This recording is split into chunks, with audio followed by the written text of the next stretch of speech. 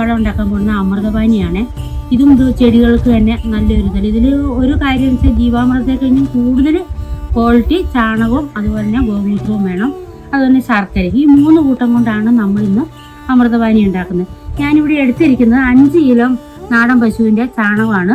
അത് വളത്തിൻ്റെ ഒരു പ്രത്യേകത എന്താണെന്ന് ചോദിച്ചാൽ അന്ന് കിട്ടുന്ന ചാണകമാണ് ഏറ്റവും നല്ലത്. അതുകൊണ്ടാണ് അത് പ്രത്യേകിച്ച് നമ്മളത് കൈകൊണ്ട് തന്നെ സെറ്റാക്കുകയാണ് നല്ലത്. കോലുകൊണ്ട് ഇളക്കാൻ പറ്റത്തില്ല.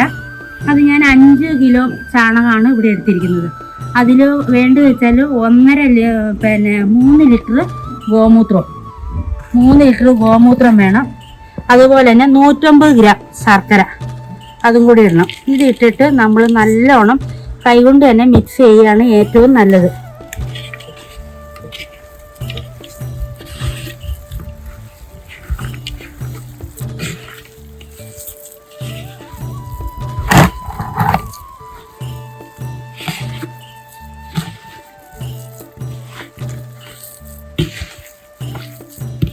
നമുക്ക് അമൃതപാനി ഇപ്പം റെഡി ആയിട്ടുണ്ട്. ഇനി നമുക്ക് ഇതിനെ ഒരു ചണച്ചാക്ക് വെച്ചിട്ട് മൂടി വെക്കുകയാണ്. ഇത് 48 മണിക്കൂർ കഴിഞ്ഞ് ഇന്ന് നമ്മൾ ഈ ഉണ്ടാക്കി കഴിഞ്ഞാൽ നാളത്തെ നേരത്തോട് നേരം കഴിയുമ്പോഴേക്ക് നമുക്ക് ഇത് വിനിഞ്ഞ് ഇളക്കാൻ പാടില്ല. ഇതൊന്നും ചെയ്യണ്ട, ഇതിങ്ങനെ തന്നെ ഇരിക്കണം.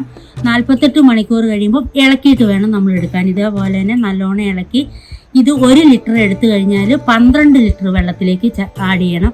എന്നിട്ട് നമ്മൾ ആ ചെടീൻ്റെ ചുവട്ടിലേക്ക് ഇത് നേരെ നമ്മൾ ഒഴിച്ചു കൊടുക്കുക. പച്ചക്കറിക്കായാലും അതുപോലെ എല്ലാ വെള്ളർക്കും. നെല്ലിനാണെങ്കിൽ മാത്രം 1 ലിറ്റർ വെള്ളത്തിലേക്ക് 10 ലിറ്റർ വെള്ളം ആഡ് ചെയ്തിട്ട് നമുക്ക് വെള്ളത്തിൻ്റെ കൂടെ ഒഴിച്ചു കൊടുക്കാം, ഇല്ലെങ്കിൽ സ്പ്രേ ചെയ്തും കൊടുക്കാം. നെല്ലിനും എല്ലാ വിളകൾക്കും ഇതും ഒരു ടോണിക്ക് തന്നെയാണ്. ഒരു നല്ലൊരു ജീവാണു വളമാണിത്.